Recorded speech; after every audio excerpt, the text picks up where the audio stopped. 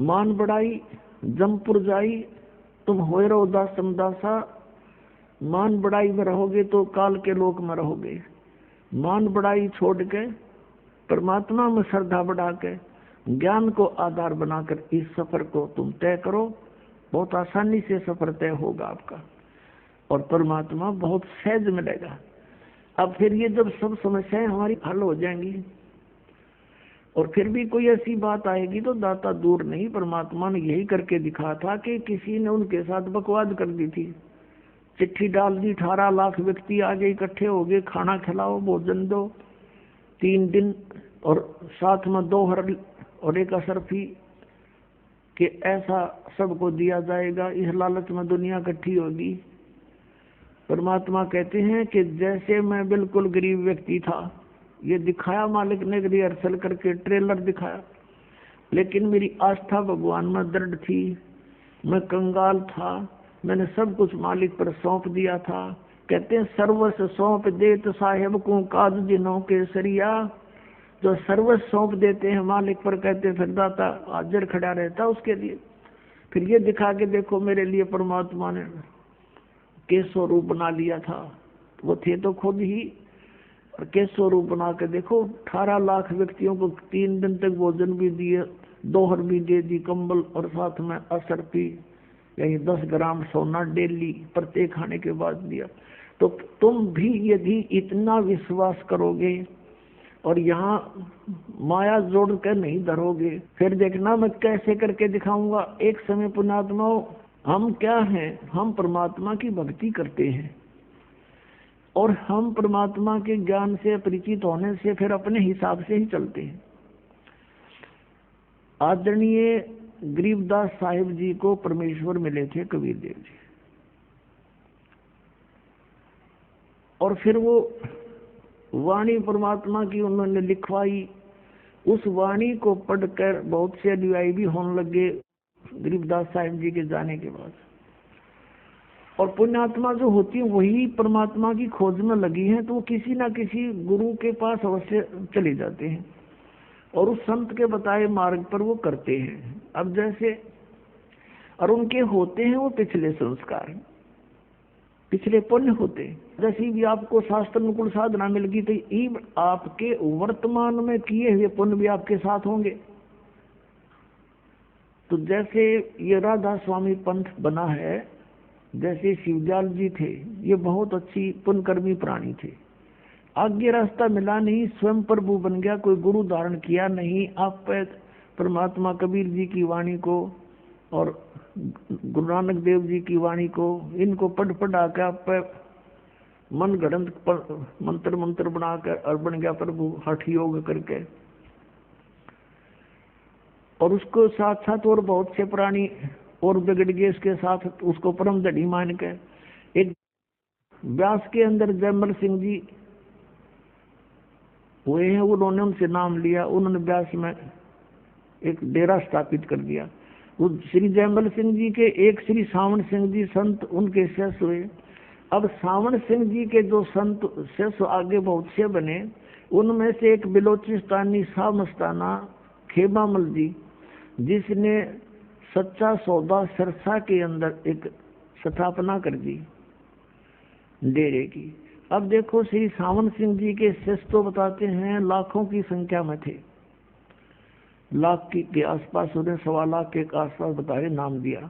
तो उनमें से ये खेमामल जी ही क्यों प्रभु बन गए, अलग से उसको कोई नाम देने का आदेश भी नहीं दिया, क्योंकि ये कैसे अपने आप में अलग से गुरु पद बना लिया। उसमें सिद्धियां भी थी, बहुत से उनके प्रमाण हैं कि औरों को उसने बहुत सी राहत भी दे दी, कुछ सुख भी दिए हैं। तो वो कैसे था, वो इसकी अपनी पूंजी थी, पिछले संस्कार थे इसके, पुण्य थे इसके, और अन्य लाखों थे वो ना पढ़ पे ऐसे एकदम। तो ये पिछले संस्कार से ही उसके कुछ थोड़े बहुत पूंजी थी, धन था भक्ति का, वो खत्म हो गया। अंत में इंजेक्शन रिएक्शन से उसकी मृत्यु हुई, वह बैटरी डाउन होगी, पिछले जन्म में चार्ज की हुई। तो ऐसे जीवन व्यर्थ होता है इनका। ऐसे ही आदरणीय गरीबदास जी के पंथ में एक दयालदास, लालदास नहीं दयालदास नाम के ऐसे भक्त थे, वो उनके शरण में आए, किसी संत गरीबदास जी के ही पंथ के किसी संत से उपदेश लिया। ये पिछले पुण्यकर्मी प्राणी होते हैं, जिस भी किसी ना किसी संत की आड़ अवश्य लेनी पड़ती है, शरण लेनी पड़ती है। मालूम है इनको कि गुरु के बिना कोई भी भक्ति सफल नहीं हो सकती। तो उसने गुरु धारण किया। गुरु धारण करके फिर वो अपने आप अपने मनमुखी तरीका अपना लिया। उसके पिछले पुण्य कर्म अच्छे थे, तो उसने क्या किया, अपना कोई डेरा स्थापित नहीं किया पहले, बाद में किया उसने छुड़ानी में एक अलग से। तो पहले वो चलता रहा, उसके साथ 500 उसके शिष्य हो गए, या वैसे कोई वो मंडली बनाकर चलता था, साधु संत उसके साथ रहते थे। और उसने एक नियम बना रखा था भी कोई भी संत मेरे साथ जो रहे वो कोई पैसा नहीं रखेगा, पैसा साथ नहीं रखे, संग्रह नहीं करेगा। और वो जहां भी जाते थे परमात्मा उनकी ऐसी रजा थी, पिछले संस्कार थे उनके, तो परमात्मा कबीर जी उनके लिए जहां भी वो मंडली जाती थी नगर वालों को प्रेरित करके सबको दोनों समय जितने दिन वहां रखते थे सुंदर मोहन भोजन खिलाते थे। फिर वो अगले उसमें चले जाते थे शहर में। एक बार वो कलकत्ता के आसपास के पास बैठे हुए थे। अब 3 दिन बीत गए, किसी ने रोटी नहीं खिलाई उनको, भोजन के लिए पूछा नहीं। दास दुखी हो गए और भगवान से अर्ज करी। उसने स्वप्न में बताया कि तेरी मंडली में एक व्यक्ति पैसे लिए बैठे हैं, 500 रुपए उसके पास, और 500 रुपए में तुम 1 हफ्ता रोटी खा सकते हो, इसलिए हम तुम्हें देंगे नहीं। अब उसने सुबह सारे संत पालन कर लिए और कहा कि भाई जिसके पास पैसे हैं वो पैसे निकाल दो या मंडली छोड़ कर चले जाओ। अब कोई नहीं बोले। फिर कहा भी जा तो बता दो, नहीं तलाशी लेंगे। अब तो उसी समय एक खड़ा हुआ उनके साथ था, न बोला ना दूं 500 रुपये, ना दूं, ना दे तो भाई जा यहाँ से चला जाऊंगा। वो चला गया। पहले घंटे भीतर परमात्मा पहुंचे अन्य रूप बना के और कहा रे भक्तों, गांव नगर के बाहर और 3 दिन से साधु भूखे बैठे हैं, अरे पाप लगेगा लोगों, सेठो। तो फिर क्या था, घर घर में चढ़ा दी कढ़ाई और लग गए वहाँ बैंगिया पे दर दर का भोजन पहुंचने लग गया। घंटे भीतर सारी तरफ कर दिए। बोलो सतगुरु जी।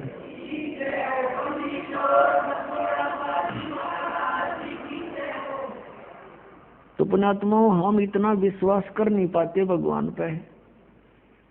फिर भी पुण्यात्माओं, क्योंकि हम घने पटे हुए हैं, काल ने बहुत ज्यादा हमारे को तंग कर रखा है। जैसे कुत्ते का 2 लाठी कोई मार दे बैठे बैठे के बेचारे का, और फिर वो दूर बैठा हो, उठ सकता नहीं, और कहीं वैसे भी कोई जैसे खुड़का हो जाता है तो भी वो रोने लग जाता, फिर ना मार दे। तो हम इतने पीट रखे इस काल ने, हम इतना दुख दे रखा युगों युगों से, आज हमारे हृदय में भय बैठा हुआ है। ये फिर इन परमात्मा की भक्ति से, सिमरन से इसको साथ रख कर चलो, मर्यादा में रहो आप। हम बेशक डर भी लगता रहे, लेकिन मालिक का सपोर्ट साथ रहेगा आपके, वो भय को भी मिटा देगा धीरे धीरे, अगर हम मर्यादा में रहेंगे। और फिर देखना आपके रोज नए चमत्कार होया करेंगे। एक बहन बता रही थी, ने बोली जी मैं पाठ कराना चाहूँ थी, अब 4था दिन उस दिन उसने बताया, और मेरे पास जुगाड़ नहीं बन रहा था, मैं खूब रोई। मैंने 1000 रुपये रखे हुए थे अलमारी में, यहाँ चलने के लिए तैयारी की कि चल कुछ तो जमा कराया होंगी, वैसे लिखवा दूंगी। तो मैं 1000 रुपये तो अलग रखे थे और वैसे ही कुछ कागज पत्र रखे थे। मैंने सोची इनमें वैसे उठा के इधर रखे तो 4000 रुपये नो के नो धरे पाए। मैंने सपने में भी नहीं सोची थी मेरे पास पैसे हो रखे होंगे, कदे पैसा जुड़ा ही नहीं था मेरे पास। 4000 इकट्ठे धरने का बहुत तय नहीं हो गया था, खर्चे इतने थे।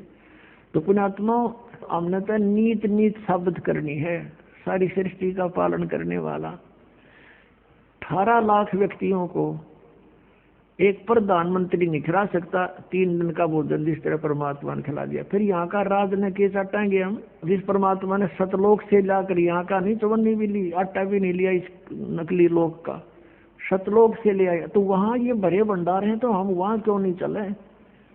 तो हम चले तो हमने राह नहीं पता था। जैसे राधा स्वामी पंथ है, दंडन सतगुरु पंथ, जय गुरुदेव पंथ, अयोध्या राधा स्वामी पंथ, ये सारे सतलोक की महिमा गाँव है। ये काल के जाल में फंसे हुए, पांचों नाम काल के जाप कर बात करें सतलोक दान की, तो ये कैसे जा पाओगे? विधि ठीक नहीं इनकी। अब विधि ठीक कर लो, सारे चले जाओगे परमात्मा तक कर रखे। अभी सभी जीव इस सतनाम को प्राप्त करके सतलोक जाएंगे। सतनाम 2 अक्षर का, जिसमें एक ओम है, एक तत् है, वो सांकेतिक है। तो कहने का दास का जो भाव था, अब उसी टॉपिक पर आते हैं कि सतयुग त्रेता द्वापर में जो प्राणी अच्छी आत्माएं होती हैं उनको जन्म मिलता है। और वो कौन होती है? जैसे अब ये बैन उठ गया मालिक का, मालिक ने खोल दिया ये भंडारा मोक्ष का, ओपन कर दिया है मोक्ष शिव, और ये मंत्र और ये वो मूल ज्ञान जो अभी तक छुपा के रखना था वो भी। तो अब अरबों खरबों की संख्या में पुण्यात्मा सतलोक जाएंगे जो इस मर्यादा में रहेंगे। और सतलोक यूं नहीं जाएंगे कि ऐसे मरते आना डर लगेगा, फलाना होगा, नहीं, आपको न पता भी नहीं लगेगा मृत्यु विघ्न, क्योंकि इस ज्ञान से आपको ये दृढ़ता आ जाएगी कि यूं कवर तो छूटेगा। ये कवर जो हमारा पर डाल रखा 5 तत्वों का शरीर, ये तो छूटता है, सबका छूटे, ये तो रहना ही नहीं है। फिर इसके अंदर इसके डर की सा, इसके मरने का फिर भय की सा। और फिर ये होगा कि हमने जो भक्ति की है ये परमात्मा की बताई हुई है, और इससे आपके अंदर चाहे आप कुछ भी सोचने की चेष्टा करोगे, ये भक्ति का प्रबल ये प्रवाह आपको डगमग नहीं होने देगा, इतनी दृढ़ता पैदा कर देगा। जैसे सूरवीर होते हैं, शीश दे देते हैं, पर उनके मन में डर नहीं पैदा होता। तो आप वो सूरवीर बन जाओगे, काल के साथ लड़ने वाले। इसके सभी अटैकों का आपके ऊपर कोई असर नहीं होगा, और ऐसे जाओगे। कहते हैं आए हैं सो जाओगे राजा रंग फकीर, एक तो सिंहासन पर बैठ के जाएंगे, एक जुड़े जान जंजीर। आप तो जाओगे जैसे विमान के अंदर बैठा के ले जाएगा मालिक आपको, जैसे आपको सौंपना सा होगा, आपको सौंपन सा होगा। जैसे सौंपन में आदमी कार में बैठकर खूब सैर सपाटे करता है, तो ऐसे जा पहुंचोगे। तुम सतलोक जालोगे, जब पता चलेगा वो शरीर, वो कांचड़ी तो छोटा है, वो तो छोड़ने की थी, वह तो उसमें तो बहुत दुखी हो रहे थे। तो ये सारे जो तरीके मालिक करेगा आपके लिए। न जीव तो एक चौने नहीं छोड़ सकता अपने हिसाब से। तो सारा कुछ ऑपरेशन का डॉक्टर का ही होता, मरीज जब उसके ऑपरेशन थिएटर में समर्पित हो जाता है। तो आप समर्पित हो जाओ, फिर वो करेगा सारा कुछ आपको, हर तरह से बचाव करेगा। जो से वस्तु होगी वो आपको देगा, नहीं होगी तो नहीं देगा। तो डॉक्टर के अंडर ट्रीटमेंट होने के बाद मरीज ने अपने नहीं चलानी चाहिए, वो रोग को बढ़ा सकता, घटा नहीं सकता, ये सोच लेना। तो जो पार नहीं होंगे वो दुर्भागी प्राणी क्या बनेगा उनके साथ? फिर वो जाएंगे जैसे आप कोई, ये रियल मंत्र है आपको जो प्राप्त है, ये सब इन देवताओं के, ये इनकी उपासना नहीं है, ये पूजा नहीं है, ये मजदूरी दे रखी है आपको। जैसे हमने किसी का ऋण देना है और उसके वहां मजदूरी करके पूरे करना चाहते, तो उसकी पूजा थोड़ी कर रहे हैं, हमने ले रखा तो देना पड़ेगा। तो ऐसे ही इन भगवानों की जो मजदूरी आपको दे रखी है यहाँ के प्रभुओं की, तो ये बहुत गजब के मंत्र हैं, बहुत अच्छे।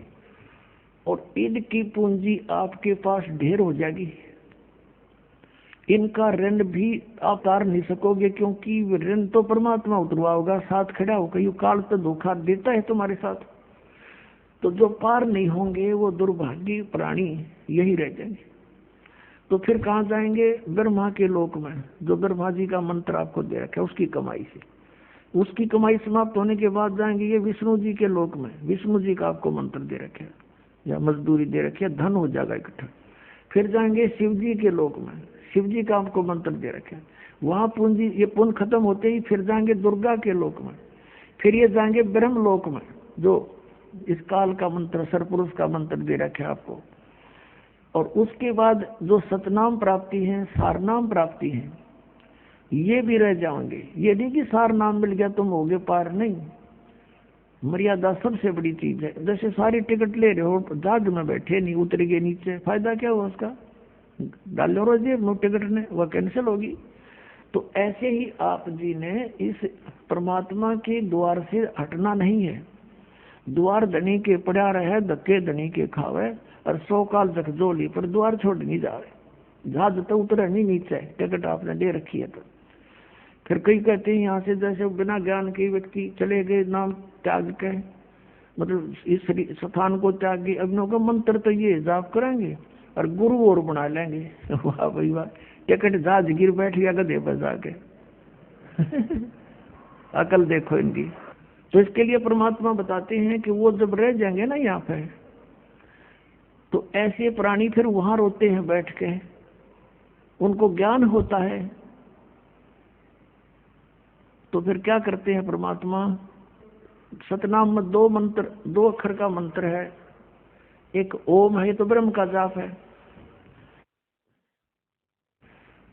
और दूसरा मंत्र है वो अक्षर पुरुष का जाप है। अक्षर पुरुष यानी परब्रह्म का। लेकिन वो परब्रह्म का जाप होते हुए भी उसका धन बहुत गना है, और वहाँ वो केवल हमने वहां प्रयोग करना था उसको पार करने के लिए 7 संग ब्रह्मांडों को। लेकिन वहां ना जाने से फिर इस काल में यहाँ पर नकली सतलोक, नकली अलखलोक, नकली अगमलोक बना रखे हैं। और उस दूसरे सतनाम के 2 अक्षर में दूसरा मंत्र है, उसकी कमाई को ये वहां बर्बाद करवा देते। उसके बाद फिर भी पुण्य इसके बहुत बच जाते हैं, क्योंकि ऐसा मंत्र है। फिर इनको वहां जब इसके पुण्य खत्म हो लेते हैं, ये क्या करता है? ये काल अपना गुजारा आपसे टैक्स लेकर, आप पर चार्ज लगाकर अपना काम चला रहा है। किस ब्रह्मांड का? ये इतना कंगाल आदमी है। जैसे राजा होता है, वो प्रजा से टैक्स लेकर ही प्रभु पाकता है, उसके टैक्स से सेना खरीदता है, उसके टैक्स से मौज मारता है, उसके पास खक नहीं होता। ऐसे यहाँ की सारी व्यवस्था, यहाँ के भगवानों तक भी यही व्यवस्था है इनकी। तो आप इसने होटल बना रखे ऊपर, वो स्वर्ग जिनको कहता है, आपके जो पुण्य होते हैं उन पुण्यों पर के ऊपर से ये 25% टैक्स लेता है आपको वहां पर। और उन वो तो अलग जमा होता है, बाकी वहाँ जो आप खाने पीना वो सब फ्री नहीं होता, आप ही की पूंजी को वहाँ वो उसने डाइट रख रखी है, ये खाओगे इतनी डाइट, अब ऑटोमेटिक वहाँ कैंसिल होती, खत्म होते चले जाते हैं, और वो सब धन उसी के पास रह जाता। तो उसके बाद फिर आपको कहाँ भेज देता है? पाप के आधार से नरक में। नरक भोगने के बाद फिर कहाँ पटकता है? कि सतयुग में सबसे पहले जो अब कलयुग के अंदर जो पार नहीं हुई, परमात्मा कबीर जी की शरण में आकर जिन्होंने सत भक्ति कर रखी है, वो पुण्य फिर भी गणे बच जा होंगे। अब उनको फिर कहाँ ब्रह्मटी करवाओगा? उनकी सतयुग में जन्म देगा। अपनात्माओं जैसे कई भक्त कहते हैं, क्योंकि हम जीव हैं, हमारी सोच जीव वाली ही है, हम यूं कहना लग जाते हैं भगवान ने ऐसा क्यों किया, भगवान ने ऐसा क्यों किया। तो ये बालक सोच है, हम भगवान से सियाने नहीं हो सकते। हमने कभी भी परमात्मा के किसी भी क्रिया में हमने दोष नहीं देखना चाहिए। लेकिन बालक हैं और हम दूध के जले हुए हैं, लस्सी को भी फूकना हमारा स्वभाव बन जाता है, भय बना होता है। और इन अज्ञानियों ने हमें इतना धोखा दे दिया होता है कि हम उनके ज्ञान को सही मानकर स्वीकार किए बैठे थे, और जब ओरिजिनल ज्ञान आता है तो हमारी बुद्धि फिर उसमें खुरापात नरे पैदा हो जाते हैं। कहीं ये भी गड़बड़ ना हो, इसलिए नरे प्रश्न पैदा कर देता काल दिमाग में। पुण्यात्माओं जैसे एक मार्केट में 9 नकली दुकानें हैं, और उन 9 नकली दुकानों पर जो व्यक्ति ठगा जा चुका है, कभी इत्तेफाक से उस ओरिजिनल पर भी पहुंच जाता है, तो उसको उनसे भी ज्यादा शक की दृष्टि से देखता है। ये स्वभाव होता है।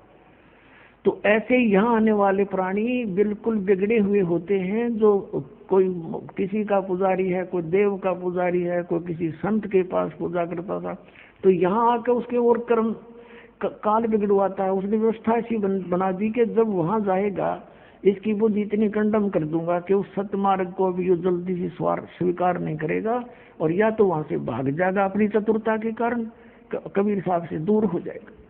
तो आप जी ने ज्यादा नहीं सोचना चाहिए।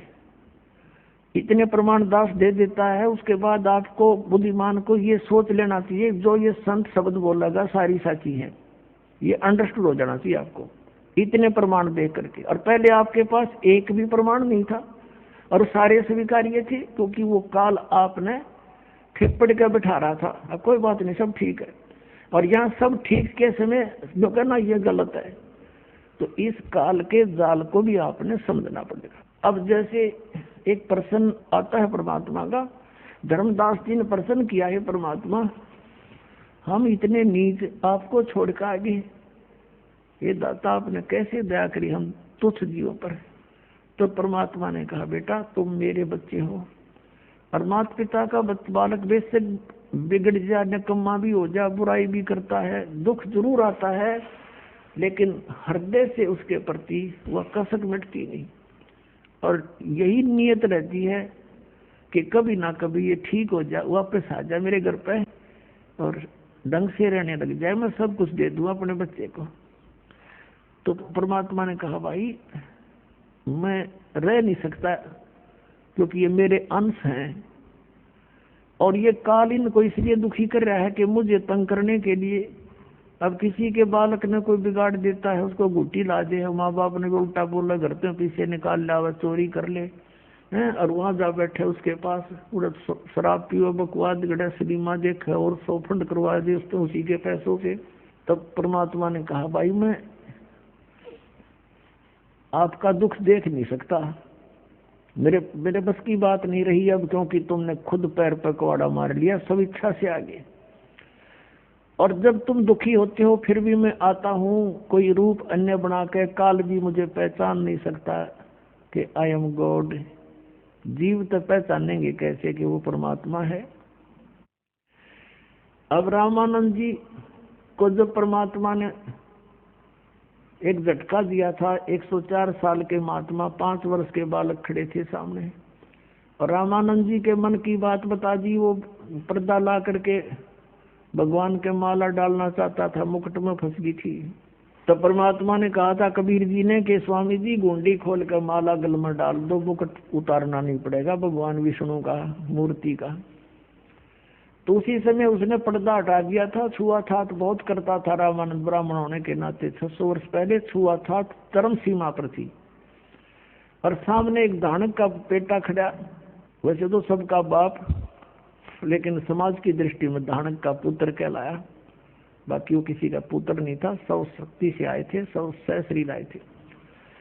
तो उस समय उसने, क्योंकि परमात्मा की चाहने वाली आत्माएं फिर नहीं देखा करती मजहब धर्म को, जाति और कर्म को, उसको भगवान चाहिए। सामने खड़ा उस बच्चे की जाके, एक धानक के बच्चे को ब्राह्मण ने ऐसे सीने से लगा दिया भगवान समझ के।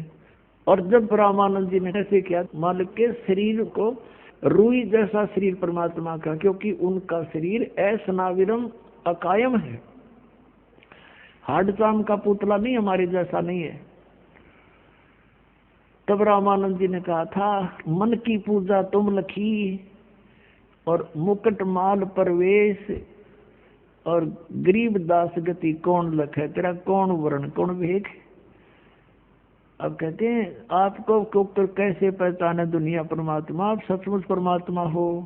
आप किस वर्ण में, यानी शूद्र वर्ण में आगे जुलाहा जाति में, और किस वेशभूषा में खड़े, 5 वर्ष के बालक टोपी पहरे और धोती बांधे, छोटी पैर, छोटे छोटे बच्चे धोती बांधने लग जाते थे छोटी सी।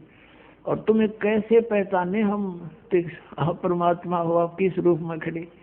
तो परमात्मा कहते तुम कैसे पहचानोगे, काल नहीं पहचान सकता मुझे, वो ऐसे ढंग से रहते हैं। तभी तो नानक साहब ने कहा था, ए ठगवाड़ा ठगी देश खरा सियाणा बोता वार, ये दानक रूप रहा करता, लोगों दानक रूप रहा करता।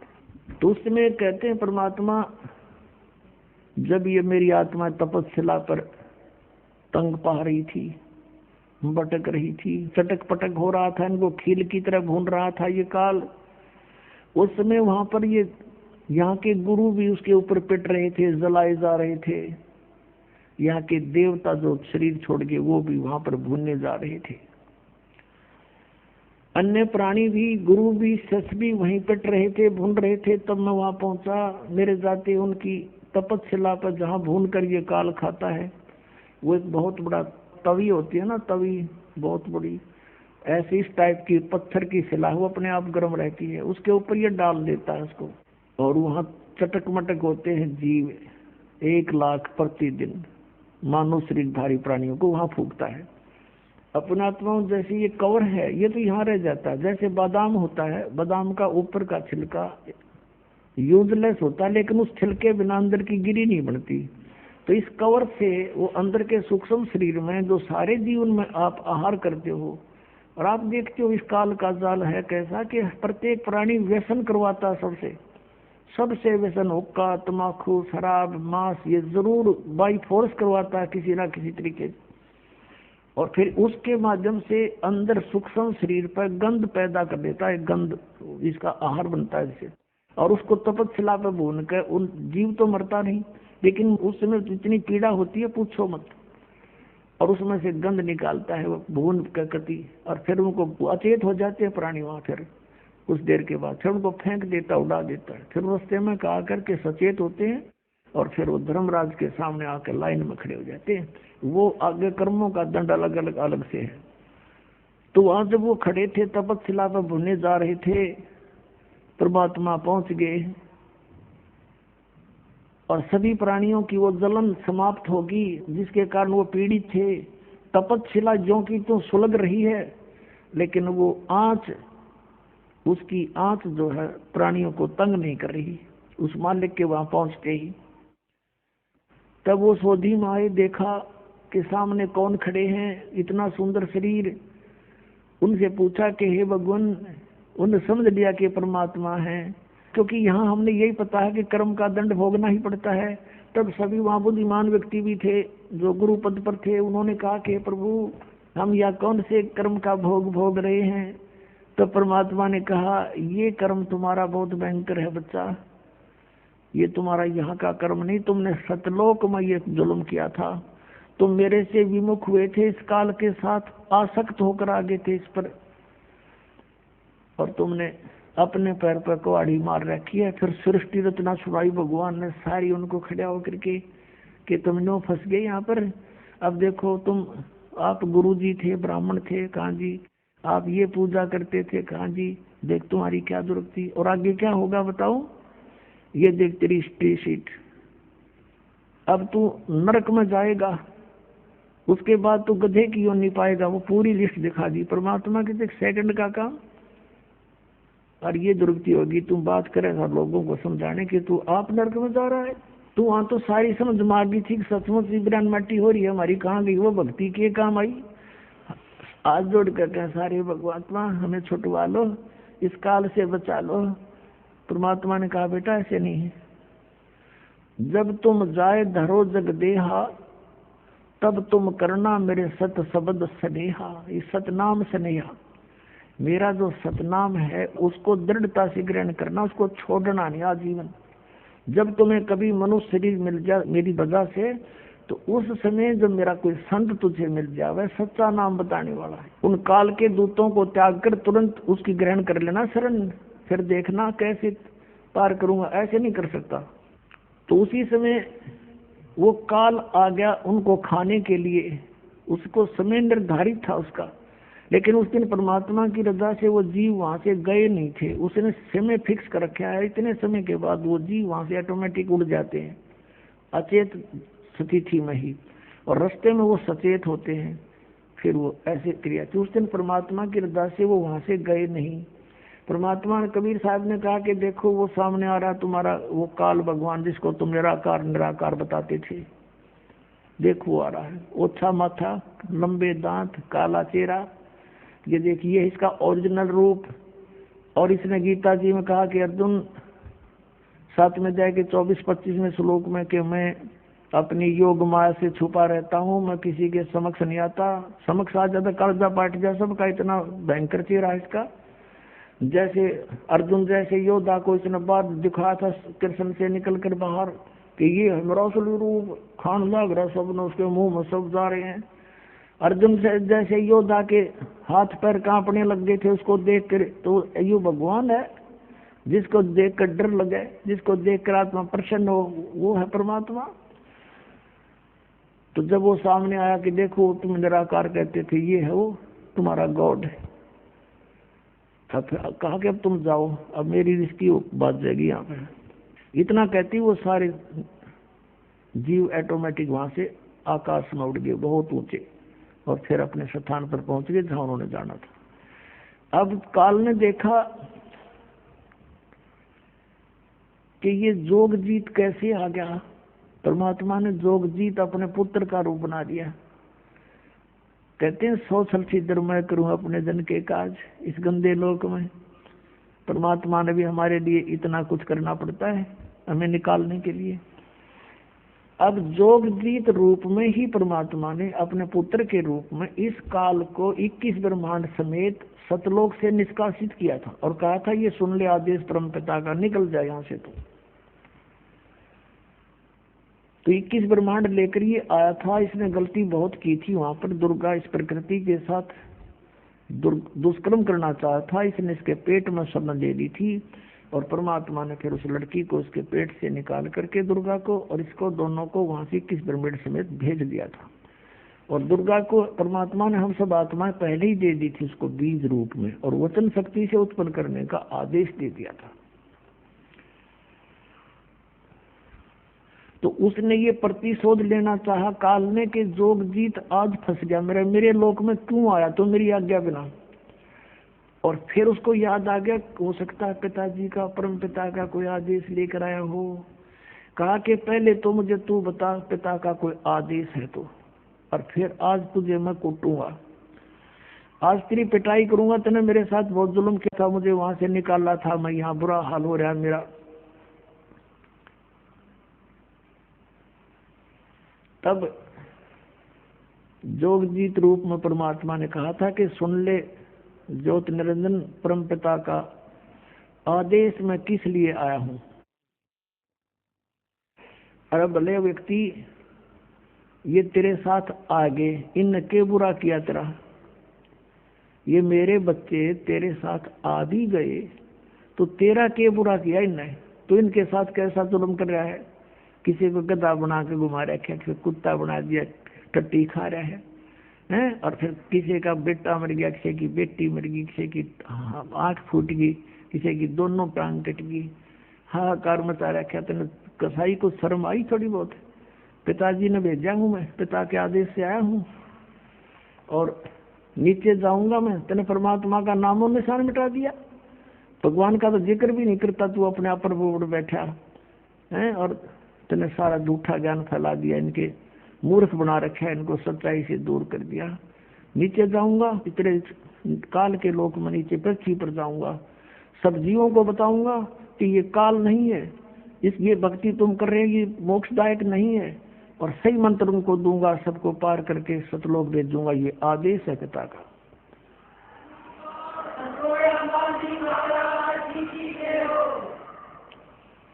अब उसका तो कर्जा काट गया, काल का भी तो मेरा नाश करेगा, मेरी खेती उजाड़ेगा ये तो, क्योंकि इसने तो हम अपनी खेती बना रखे हैं, गाजर मूली बोया कर जैसे किसी ने पाउडर खावे। तो उसने सोचा कि तो भाई जुल्म करेगा एकदम। उसके कहते हैं कबीर परमेश्वर बता रहे हैं, धर्मदास मेरे ऊपर ऐसे झपट्टा मारा जैसे बाज मारता है नीचे छोटी चिड़िया के ऊपर। इसने मुझे एक जोग जीत समझ गए, और धर्मदास मैंने ना फिर सतनाम का सुमन शुरू कर दिया, 2 अक्षर के का श्वास से। पुणात्मा ये अपने लिए आदेश दे रहे हैं, परमात्मा हमें आगाह कर रहे हैं कि इस सतनाम के श्वास उश्वास के अधिकारी से प्राप्त मंत्र से में इतनी शक्ति आ जाती है कि सामने पे यो काल भी आ जाता रहे, काल के दूता गद करे छोड़ दो। इस सुमरण के करने से जैसे फनपति मंत्र सुन रखे फन सकोड़, ऐसे भी मेरे सतनाम तो यूं काल जो है मुंह मोड़। जैसे गार्डू होते हैं ना ये सपेले, सर्प को काबू करने वाले, एक मंत्र सिद्ध कर लेते एक वाणी श्लोक, और कहते उस मंत्र से बोलने से अगर सर्प ने ऐसे फन फैला रखा हो ना डसने के लिए, वो मंत्र बोलने लगता है तो अपने आप वो फनपति यानी सर्प फन को सीधा करके और नीचे झुक जाता है।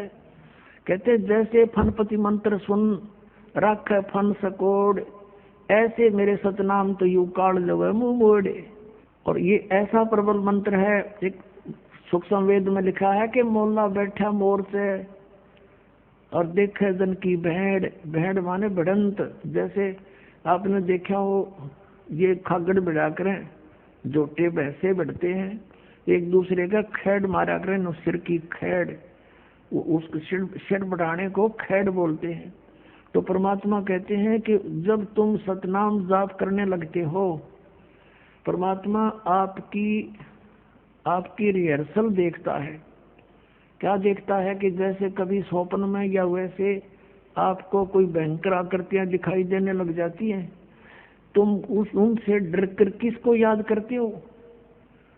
यदि आपके अंदर ये आस्था है और भक्ति बढ़ी हुई है, परमात्मा पर विश्वास है इस नाम पर, तो वो तो करेगा सांस का सिमरन, उस मंत्र का श्वास, उस श्वास से 2 अक्षर का, तो उससे क्या होगा, वो भयंकर आकृतियां ऐसे गायब हो जाएंगी तो भागते दिखेंगे जैसे इनका कोई भाले ठोक दिया हो किसी ने। और जो अनजान होंगे उनको देखते ही उनको हरी मार गिरा, तो उसका कोई लाभ नहीं है। तो माँ थोड़ी बचा सकती है वहां, तो ये मंत्र बचाओगा। तो वो हथियार डाल देने वाला शूरवीर और वो सही ट्रेंड व्यक्ति नहीं होता। तो क्या बताया है कि 12 कोट यम किंकर जहां एक नाम की खैड़, 12 करोड़ यम के दूत हैं जो इन प्राणियों को यहाँ से ले लेकर जाते हैं, जब मृत्यु होती है साथ पकड़ कर बांध ले जाते हैं। तो कहा परमात्मा ने कि मौला बैठा मोर्चे और देखे अपने जन की भेड़, अपने भगत की कुश्ती देखे, यू कौन सा दाव लगाएगा अब। और 12 करोड़ यम किंकर हो वहां एक नाम की खैड़, एक नाम की खैड़, एक सिमरण श्वास का कहते सारा न लोट पोट कर देगा। तो पुण्यात्माओं, आप जी ने परमात्मा के इन फार्मूलों को अपनाना पड़ेगा। ये दाव लाकर ही आप इसको ढा सकोगे और कोई तरीका नहीं। इसके वैसे ब्रह्मा विष्णु महेश का इसका आगे कहते हैं, ब्रह्मा का आसन डिग गया जब सुनी काल की गाज, जब ये अपने लोग से दहाड़ा, ब्रह्मा का भी आसन डगमग हो गया था। आपका तो औकात क्या है? तो ये हथियार है हमारे जिसके लिए हम लड़ेंगे, श्वास का सिमरण सतनाम आदि। तो परमात्मा कहते हैं मैंने जब सतनाम का सुमन किया धर्मदास, अब धर्मदास को दृढ़ कर रहे हैं कि तू भी ऐसे ही करना, कोई आपत्ति आ जाता है ना। उस मालिक ने तो केस सुमन की आवश्यकता थी, उसका के बसावत इसके आगे। फिर भी हमें एक दाव बताया, दाव जैसे पहलवान कुश्ती लड़ते ना रेसलर, वो दाव लगा कर ही पहलवान को डाल सकते ना, तो एक जैसी ताकत होती है उनमें तकरीबन। जिसका दाव बढ़िया है वो ठोक देगा दूसरे ने ठा के।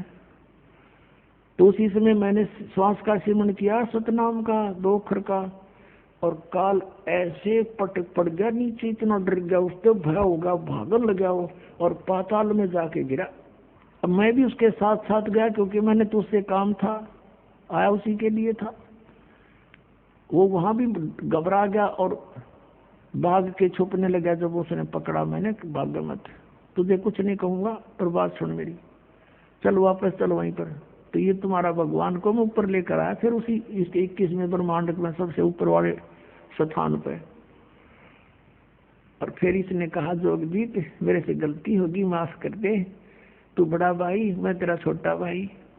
बड़े तो बख्शमा ही करते हैं, छोटे हमेशा गलती किया करते हैं। और मैं तो आपको पिताजी के बराबर मानता हूँ, बड़ा भाई पिता के तुल्य होता है। और आपके पास तो वही पावर है जो मालिक वाली है, परमात्मा ने आपको शक्ति देकर भेज रखा है, आप उसके प्रतिनिधि हो। अब जब अपनी ताकत से यहाँ काम नहीं चलता तो जीव चापलूसी प्रयोग करता है। यहाँ सबका स्वभाव उस निरंजन जैसा ही है। इकलौती लड़की कहीं बाहर दिखाई देती है तो मन में 100 दोष पैदा होते हैं। तो यही दोष इसके अंदर वहाँ विद्यमान हुआ था, वही हम सब के अंदर प्रवेश है, क्योंकि ये मन इसमें बैठा है, उसमें है ये दोष सारे। और ऐसे ही चोरी करने में और ऐसे ही किसी से ताकत से बात नहीं बनती, फिर चापलूसी करने की स्वभाव हम सबका एक जैसा ही है। तो उसने फिर चापलूसी शुरू की और कहा, ए भाई आप मेरे से गलती होगी, माफ कर दो, मुझे कुछ त्रुटि, मेरे लोक में कुछ अभाव है, उसकी पूर्ति कर दो, पिताजी से प्रार्थना करके मेरी पूर्ति करवा दो। अब परमात्मा तो जानी जान थे, उनको तो सब पता था, ये बालक के मांगेगा देश को, उनको ये पता था सारा क्या मांगेगा ये। कई भक्त ये प्रश्न करते रहते हैं क्योंकि ज्ञान पूरा सुनते नहीं और पहले बिदक जाते हैं, पूरा ज्ञान सुनाते। इसमें मीन में एक नहीं है परमात्मा की ज्ञान में, पर ध्यान से सुने।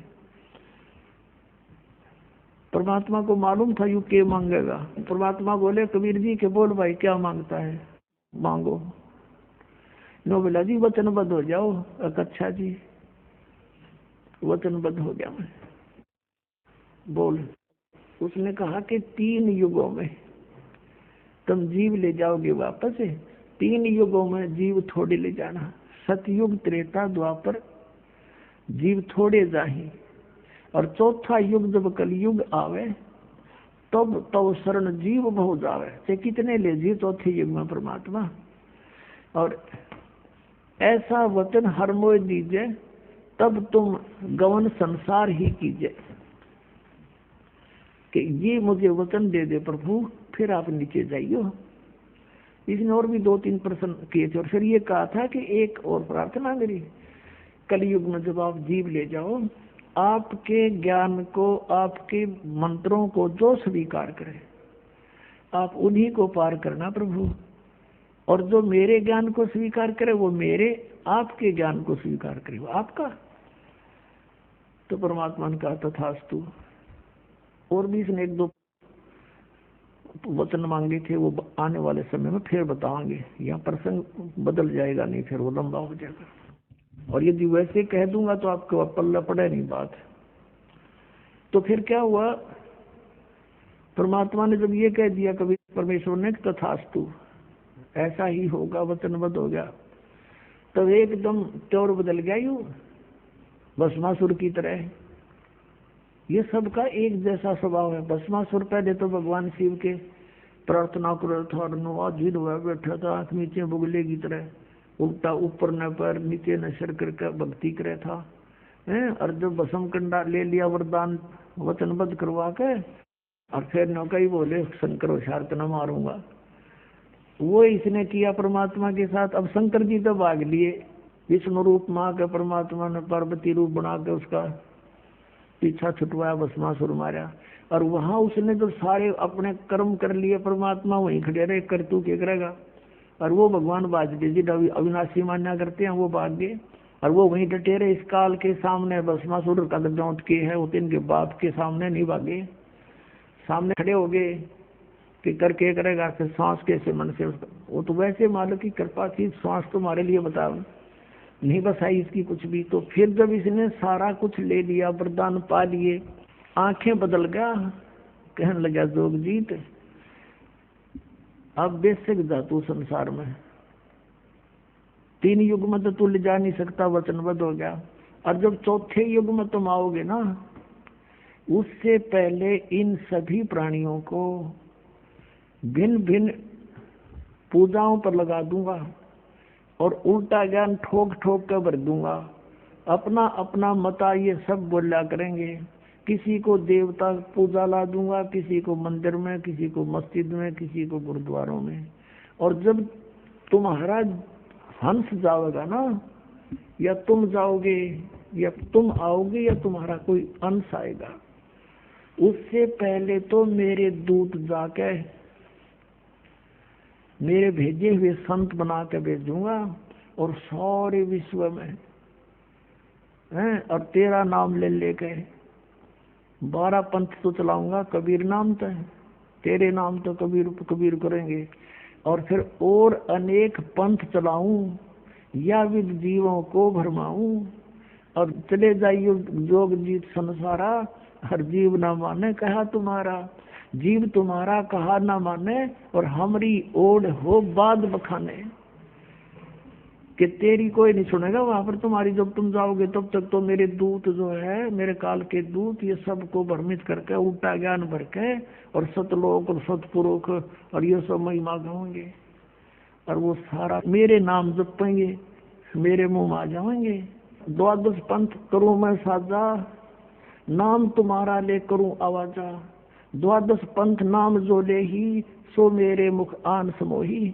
इन 12 पंथों में जो नाम लेगा और अनेक पंथ चलाऊं, या विद जीवों को भरमाऊं।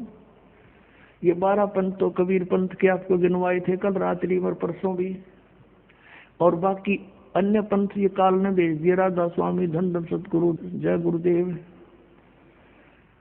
तारा चंदाला, ठाकुर चंदाला, वही सारे निरंकारी, ये जितने सतपाल वाले, ये हंसा देश वाले, सारे काल के पंथ हैं टोटली। ये सुधांशु वाला, ये आसाराम वाला, ये सब काल के पंथ। ये नहीं तक सीमित है, इन देवी देवताओं तक जो काल के भी पुत्र हैं। और कहते जा चले जाना, तुम्हारा कोई नहीं मानेगा। अब परमात्मा आए थे। अब कई भक्त ये कहते हैं, मन में दोष आ जाता है, विचार हीनता बढ़ जाती है। कहते परमात्मा ने भाई ये वर नहीं देना चाहिए था कि 3 युगों में जीव थोड़े ले जा, इन्हें तो जब वापस ले जाना चाहिए था। अरे भले आदमी वापस कैसे ले जा, पहले तुम थे ना वहां पर, वही ना गड्ढे थे हमें, वहां नहीं टके। ये हमारी देही टूटली खूब, कलयुग में पता लग जाएगा हमने अपनी औकात का। इसलिए ये सेलेक्ट किया था दाता ने। अब कारण क्या है, जो दास ने आज ये प्रसंग शुरू किया था उसके ऊपर फिर आते हैं। परमात्मा ने कहा था कि चौथे युग में जब इसने ये कहा कि तुम्हारा कोई नहीं मानेगा, अपने काल के दूत भेज दूंगा और तेरा जो कोई हंस आवेगा बाद में या तुम आओगे तो कोई नहीं सुनेगा, वो भौंकता रहेगा और उसका पत्थर मारेंगे, पिटाई करेंगे उसकी, कोई नहीं सुनेगा। तब धर्मदास चिंतित हो गया इस बात से कि हे प्रभु, वो तो अब इसने कर ही रखा है। अब मैं आपका बच्चा था और मैं आपका विरोधी, कितना विरोध मुझ दुष्ट ने किया मालिक, और सभी ऐसा ही करेंगे आपके साथ। हम सबको ऐसी बुद्धि भ्रष्ट कर रखी है इसने। 100 प्रश्न किए थे धर्मदास ने, 100 बार मालिक ने समझाया, कभी हाँ बरा, कभी फिर मुकर जाए, कभी हाँ बरा, फिर ना न्यू कर हो जाए, तो सब गिला न्यू कर रखिए। तो उसके आंखों में आंसू आगे, परमात्मा आप कैसे समझाओगे हमें, मेरे जैसे दुष्ट हो गए सारे, सभी यही व्यवहार करेंगे आपके साथ जैसा मैं कर रहा हूँ। ये भगवान आप कैसे करोगे। धर्मदास जी को मालिक ने सारी बता दी थी, पर ये मेरा दाव पेच अभी सार्वजनिक ना करना, मैं तुझे बता देता हूँ मैं क्या करूंगा। कलयुग की पिछली पीढ़ी में 12वां पंथ ये काल के जो कबीर पंथ में होंगे ना, गरीबदास का होगा। और तब तक मैं जो अब ये वाणी लिखवा रहा हूँ ज्ञान, इसमें भी ये अपनी सोच अनुसार परिवर्तन करेंगे, कुछ इसका प्रारूप बिगाड़ेंगे। काल बिगड़ुआ होगा क्योंकि इसने सुख संवेद का नाश कर दिया था। और फिर गरीबदास नाम से 12वां पंथा होगा, ये मेरे नाम से। उसमें मेरी महिमा की वाणी को मैं पुनर् यथार्थ रूप में प्रकट करवाऊंगा, और वो वाणी इतनी प्रसिद्ध नहीं होगी, लोग उसको छेड़छाड़ नहीं करेंगे। और गरीबदास ने आदेश दे दिया था उस लिखने वाले को कि जो मैं बोलूं उतना ही लिखेगा, और इसमें कोई छेड़छाड़ करेगा उसकी दुर्गति हो जाएगी। तो गरीबदास पंथ में ये धारणा गजब की बना रखी थी। समझ माई मारा क्यों कर रखा था इनका। सबकी ये धारणा थी कि मालिक की वाणी में जैसा भी बोल रखा है ऐसा ही लिखना। देश में एक भी अक्षर में फेरबदल कर दी तो उसकी कईयों के साथ ऐसी घटना घट गई थी, वो छेड़ा नहीं करते। इसमें परमात्मा ने गाली तक दे रखी है इन नकली पंथों को और इस काल को, जो मैं बोल नहीं सकता। और वो भी लिखनी पड़ी न, उसमें फेरबदल नहीं कर सके क्योंकि वीरान माटी हो जाती है, ये भगवान का आदेश था। तो इस कारण से गरीबदास की वाणी को किसी ने छेड़ा नहीं। एज इट इज मात्रा हो, मात्रा नहीं लिखी, उन्होंने परिवर्तन नहीं किया। और ये कारण ये था कि कहीं इसमें भी गड़बड़ कर दे, नालायक आके न कहेगा बेरा सही नहीं। तो कहा कि 12वें पंथ में प्रगट हो वाणी, और ये 12 पंथ जो हैं शब्द हमारे का निर्णय ठानी। ये अस्थिर घर का मरम नहीं पावे, और ये 12 पंथ हम ही को जावे। 12वें पंथ में हम आएंगे चल के। और फिर जैसे ही कलयुग है ना, धर्मदास जी से बात करे तो कलयुग था, स्टार्ट ऑफ द कलयुग, यानी बीच में ला ले कि ये प्रथम पीढ़ी है, ये प्रथम पीढ़ी है। और फिर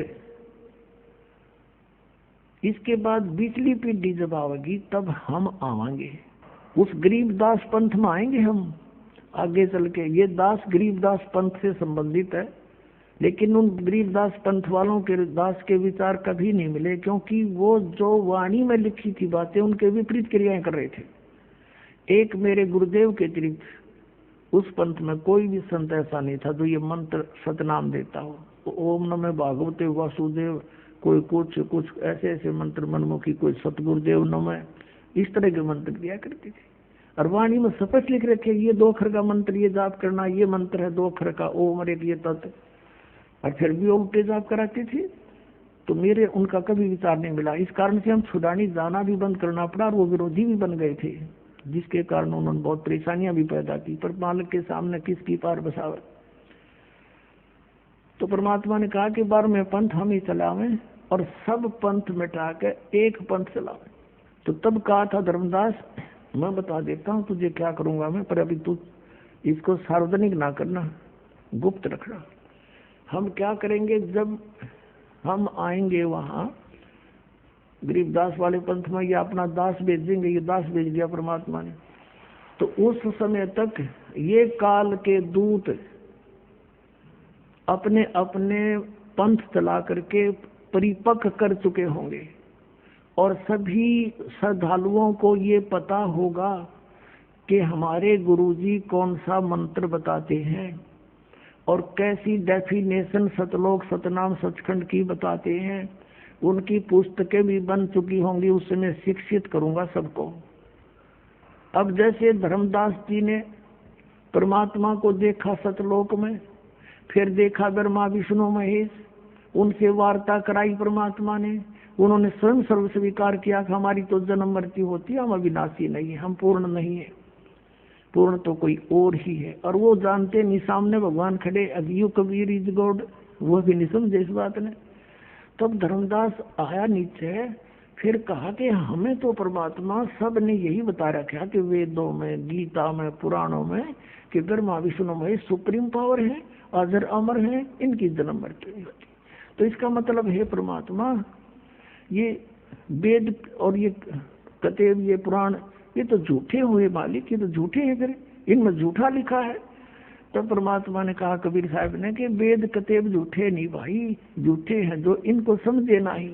ये वेद और ये पुस्तक पुराण गीता ये झूठी नहीं, झूठे ये है जो इनको समझ नहीं सके, एंड बैंड बोल रहे, इसके अंदर का एक अक्षर भी ना बता रहे तुम्हारे को। और धर्मदास मैं बताता हूँ, धर्मदास परमात्मा ने कहा था, धर्मदास ये जग बौराना कोई ना जाने पद निर्वाणा, यही कारण मैं कथा पसारा और सबसे कहिए एक राम ने आरा। यही कथा तुम जग जीव सुनाओ और सब जीवों का भरम नसाओ, भरम गए जग वेद पुराना, आदि राम का भेद भी जाया।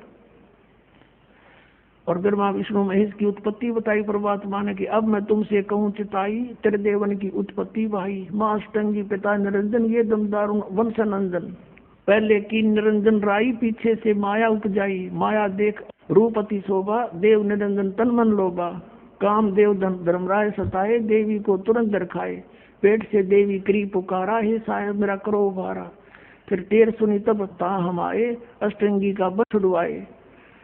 फिर कहा कि धर्मराय की ने भोग विलासा, माया को रही तबासा, 3 पुत्र अष्टंगी जाए, ब्रह्मा विष्णु शिव नाम धराए। ये 600 साल पहले परमात्मा लिखवा गए थे। और कहता अब तू चुप रहना, बताना ना किसी को कि इन पुस्तकों में लिख रखे हैं, और जब मेरा दास आएगा ना, इन सब की पोल खोल देंगे, ये जिसे विद्वान है इन सब का फिर भांडा फोड़ देंगे हम, और मेरे बच्चे मुझे पहचान लेंगे, ये राधा स्वामी वाले 500 नाम काल के जाप कर बात करें सतलोक दान की। काल ने कहा था कि जो 12 पंथ नाम जो ले हमरे मुख में आन समोई, ये सभी पंथों के बारे में संकेत समझ लेना। और उस समय तक ये सब पुस्तकें बना चुके होंगे, सब प्रजा को शिक्षित करूंगा। अभी तक इनकी दाव लग गया है, ये एक ब्राह्मण वर्ग या काजी मुल्ला वर्ग ही शिक्षित है, बाकी सब अनजान बना रखे। ये झूठी सारी झूठ बोल रहे, वेदों पुराणों के विरुद्ध व्याख्या बता रहे हैं इन्हीं का नाम ले लेकर। ये काल के पक्के दूत हैं। और फिर हम सच्चाई बताओगे सब वेदों और किताबों की, तीन में क्या लिखा ये तुम्हें बता क्या रहे हैं। तो बेटा फिर ये मेरे बच्चे मुझे पहचान लेंगे। और यदि तूने ये मूल ज्ञान जो मैं तुझे बता रहा हूँ अगर अभी तूने बता दिया तो इस काल के दूत यही गुणगान लग जाएंगे और यही नाम देने लग जाएंगे, सतनाम 2 अक्षर का। ये सतनाम करे नाम दे 500 काल के। और जबकि गुरु ग्रंथ साहिब की ये जो वाणी लेते हैं संत मत प्रकाश बागचार्य में सावन सिंह जी ने बताया कि गुरु ग्रंथ साहिब में ऐसा लिखा है, उन वाणी भी लिखी है कि 2 अक्षर का भेद बतावे सोए गुरु पूरा कहावे। गुरु नानक देव जी ने कहा है, जे तू पढ़ा पंडित 2 अक्षर बिन 2 नावा, परमत नानक एक लंगाए जे कर सत समावा। के हे पंडित, वो ब्रजलाल पांडे जो नानक साहब को पढ़ा करते थे पहले, फिर नानक साहब ने उन्हीं के साथ जाकर वार्ता की कि क्यों बका रहा दुनिया ने पांडा, तुमने कख का पता नहीं, बता दे कौन ब्रह्मा का पिता है, कौन विष्णु की माँ, शंकर का दादा कौन है, हमको दे बता। इस बात से उसने बस चंगर गया। उसके पिताजी को भी ब्रह्मा दिया, ये ब्रह्मा विष्णु महेश के माता पिता बताता है, तेरा पुत्र बिगड़ गया। तो उसका पिता भी विरोधी हो गया, तू के पैदा हो गया हमारे। फिर कहा कि जे तू पढ़ा पंडित बिन 2 अक्षर बिन 2 नावा, जे तने ये सारे ग्रंथ भी पढ़ लिए, इसमें ये 2 मंत्र तुझे नहीं प्राप्त हैं तो यूजलेस है तेरी पढ़ना पढ़ाना। और परनवत नानक एक लंगाए जेकर सत समावा, 2 अक्षर का तो सतनाम हो गया और एक यू सार नाम आदि नाम है जो आपको दिया जाएगा। परनवत का अर्थ है जो मर्यादा में रहेगा उसको, और सच्चे दल पे इसको ग्रहण करेगा तो यू लंगाएगा यानी पार करेगा, यू मंत्र सतलोक भेजेगा। और ये 2 अक्षर का सतनाम है, ये आपका यहाँ से उलझेड़ा सुलझावेगा। जैसे गीता जी अध्याय नंबर 18 के श्लोक नंबर 66 में गीता ज्ञानदाता कहता है कि सर्वधर्मान परित्यज्य माम एकम शरणम व्रज। जैसे 18वें अध्याय के 62वें श्लोक में भी इसने यही कहा है कि अर्जुन तू सर्वभाव से उस परमेश्वर की शरण में जा, उसकी कृपा से तू परम शांति को और सनातन परम धाम को प्राप्त होगा।